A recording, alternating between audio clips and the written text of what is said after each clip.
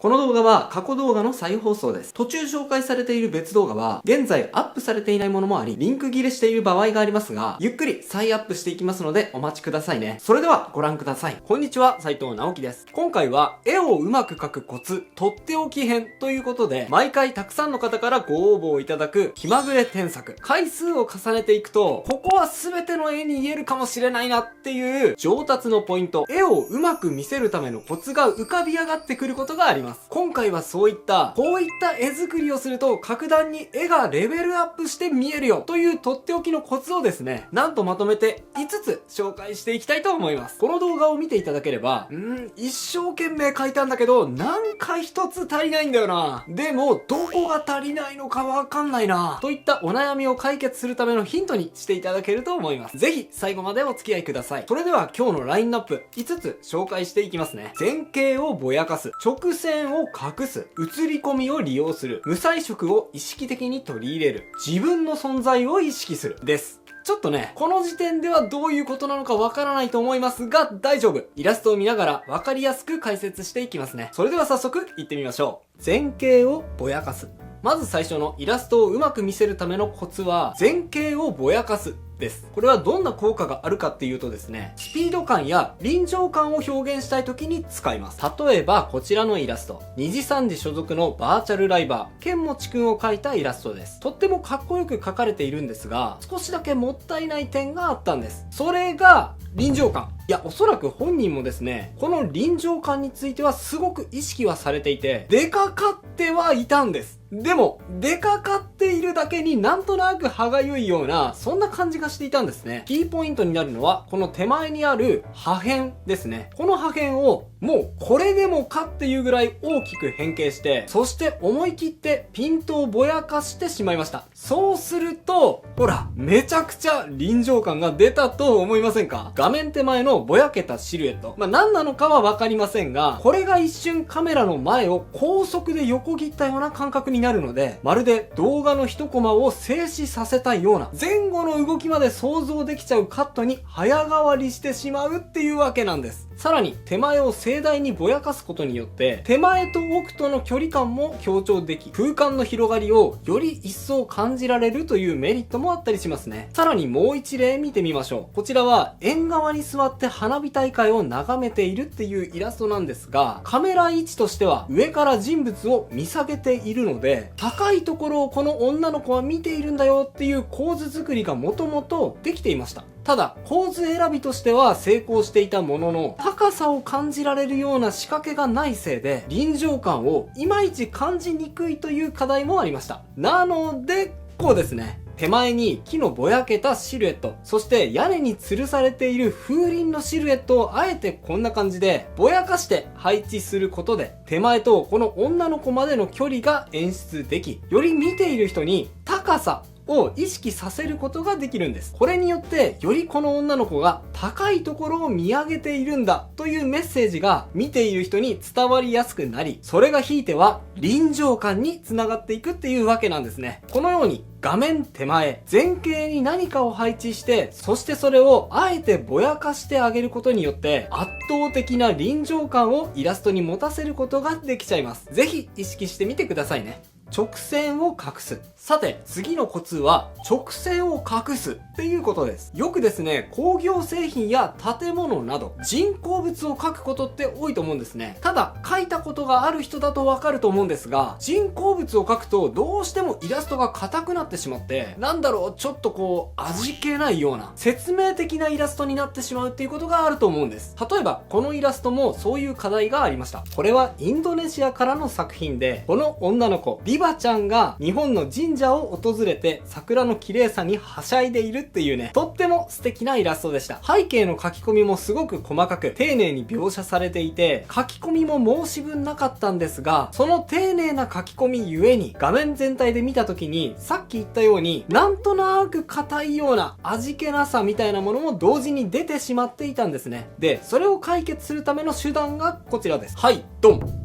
添削後はですね、主にこの階段の直線、この直線を様々な手段で隠していくことによって柔らかさをプラスしていきました。まず一つ目の直線の隠し方は影ですね。添削前は階段の段を表す横線が何段も同じように連なっていたので、それがどうしても人工物っぽさを強調してしまって、絵の硬さにつながってしまっていました。その印象を緩和するために木の影を階段に落としてあげて、階段の直線の印象をこの影で隠しました。見比べてみると印象が柔らかくなった感じがしますよね。そして2つ目の直線の隠し方は木のシルエットです。これがかなり効果としては大きいですね。画面下の階段の一部、そして上のフェンスや鳥居の一部もこの木のシルエットで隠してあげちゃいます。そうすることでさらに直線の印象が和らぎ、人工物を描いているのにあたかも自然風景のような柔らかな印象にすることができちゃうんです。そしてダメ押しの3つ目、最後は花びらのシルエットで隠すです。舞い落ちる花びらで直線のところどころを隠してあげることで、さらに画面をリズミカルに演出できますので、人工物の硬さを取り去って楽しい画面を作り出すことができました。もう一例見てみましょう。こちらについては先ほどとは打って変わって夜の街並みを描いた作品ですね。こちらも人物はすごくよく観察して描けていて、とても魅力的な作品ではあるんですが、背景のビルの明かりが画面に対して直角に入っていることによって必要以上に直線が強調されてしまい、とても硬い印象を見る人に与えてしまっていました。しかも先ほどとは違って手前に木があるわけではないですから、木で直線を遮ったり、あとは夜なので影によって直線の印象を和らげるということが難しい作品です。こういう場合にはどうするかというと、こうします。まず1点目は建物を正面ではなく角度をつけるということです。画面に対して水平垂直になりすぎなければ必要以上に硬い印象を与えることを避けられます。画面左の建物、そして右の建物と斜めから見ることでそれぞれちょっとずつ角度を違えてあります。そして2点目はそもそも直線を描かないっていうことです。ビルの明かりをアップにしてみましょう。ほら、どうでしょう。添削前はきちっと定規で引かれたような直線の印象が強かったんですが、添削後はアップにするともう超適当にぼやーっと描かれたような、そんな光の粒の連続ですよね。でも引いてみるとそれがいい感じに膨張した光のように見えて、柔らかさ、そして逆にリアリティにつながっているのではないかと思います。このように人工物や工業製品であっても様々な方法で直線を隠す工夫をすることで硬い味気ない印象を払拭し、柔らかく魅力的な絵作りをすることも可能です。ぜひこちら意識してみてくださいね。映り込みを利用する。次に紹介するテクニックも色々な場面で役に立ちます。特に画面に登場するキャラと、そしてそのキャラが見ているものを同時に表現するのに向いている手法ですね。それが映り込みを利用するというやり方です。こちらのイラストを見てください。こちらは2時3時の海田春くんを描いたイラストですね。添削前は雨が滴るガラスの前に立った春くんが物憂げな情報を浮かべているっていう絵でした。ただすごく魅力的な表情を描けているだけに、一体何を見てこんな悲しげな表情を浮かべているんだろうってね、ハテナが浮かんでしまった人も多いと思うんですね。もちろんその謎を全て回収する必要はないんですが、彼が見ているものを同時に見せてあげることで見ている人が彼の思いを想像できるという効果を生み出すことができます。なのでこのように添削しました。ガラスに手を添えて画面手前にハルくんがいて、そしてガラスに自分の姿が反射して見えている。そしてその奥にはガラス越しに見えている街並みがある。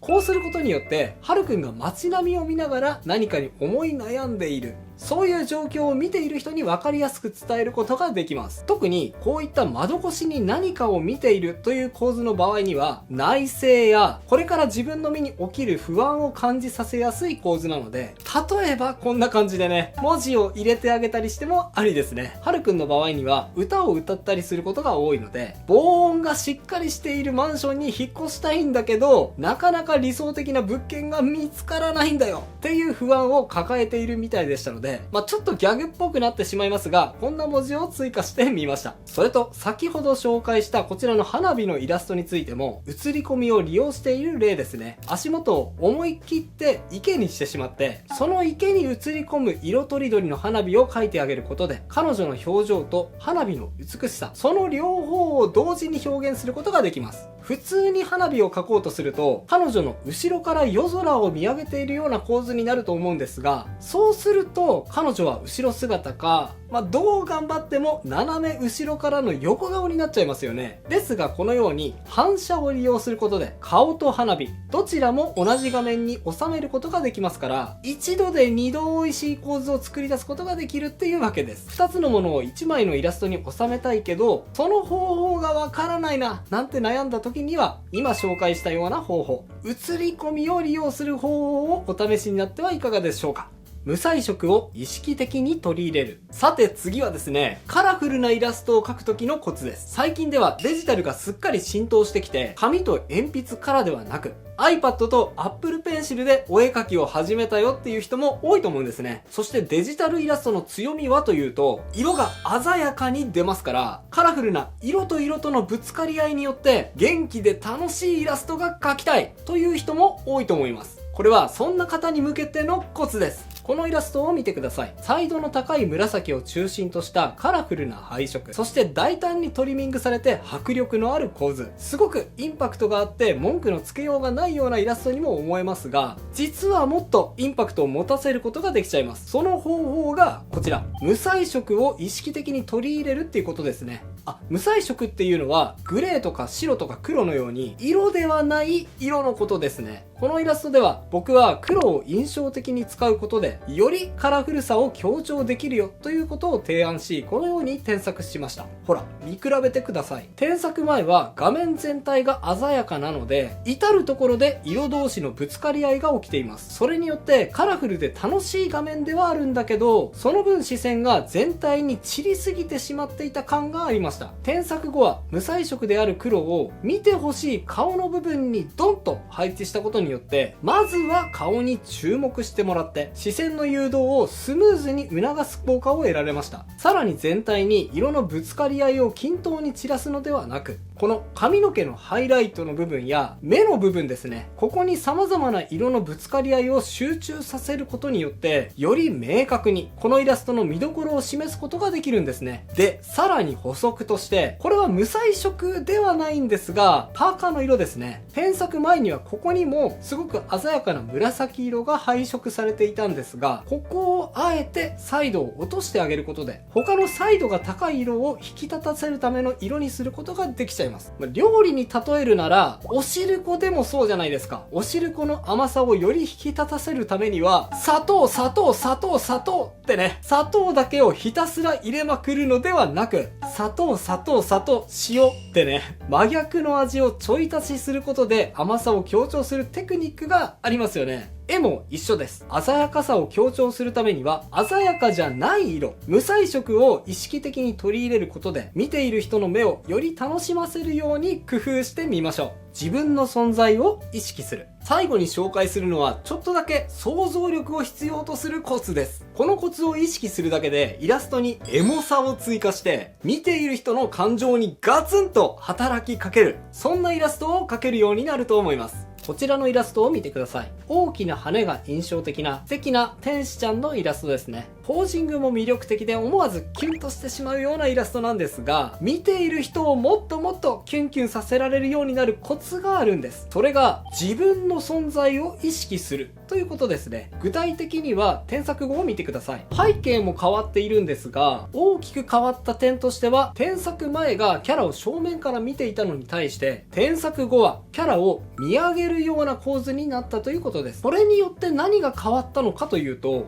見ている自分の存在があるかないかですね。自分は人間ですから、当然地面に立っていますよね。その僕が彼女を見上げている。そういう構図にすることによって、今まで内緒にしてたけど、あなたにだけ教えてあげる。私実は天使なんだ。なんてね、なんとなくその周辺のストーリーまで想像できちゃうような、そんな効果をイラストに持たせることができちゃうんですよ。さあ、もう一例見てみましょう。はい、こちらのイラストはですね、ツイステッドワンダーランドに登場するカリム・アルルアジームくんのイラストです。こちらはもともとバッチリ自分の存在を意識された作品ではありました。授業中じっとカリムくんのことを盗み見ていたら、うっかり目が合っちゃったというシチュエーションに思います。これだけでも十分にエモエモのエモなんですが、ここにもう一工夫施すことによってさらに自分とカリムくんのつながりを作ることができます。どうするかというと、こうですね。添削後、目が合ったカリムくんは自分に向かってやってこっそり手を振ってくれた。こうすることで、あ、絵の手前には自分がいるんだっていうことがありありと想像できて、すごくドキッとさせられちゃうでしょ。こういう画面手前にいる自分と、そして画面の中にいるキャラクター、その両者をつなぐ仕組みを作ってあげると、より感情に訴えかけられる、ドキドキするようなイラストが描けるようになると思います。この考え方、ぜひ取り入れてみてくださいね。以上が絵をうまく描くためのコツ、とっておき編5選でした。いかがだったでしょうか？ちょっと今回のポイントを取り入れるのが難しいよっていう方はですね、こちらの動画、効果大、絵が超うまく見える7つのテクニックもおすすめです。興味がある方はこちらも合わせてチェックしてみてくださいね。大切な情報を忘れずにお届けするために、ベル通知音の設定もよろしくお願いします。それではまた次回の動画でお会いしましょう。バイバイ。ということで再放送をお届けしました。いかがだったでしょうか？新チャンネルのチャンネル登録と高評価もよろしくお願いします。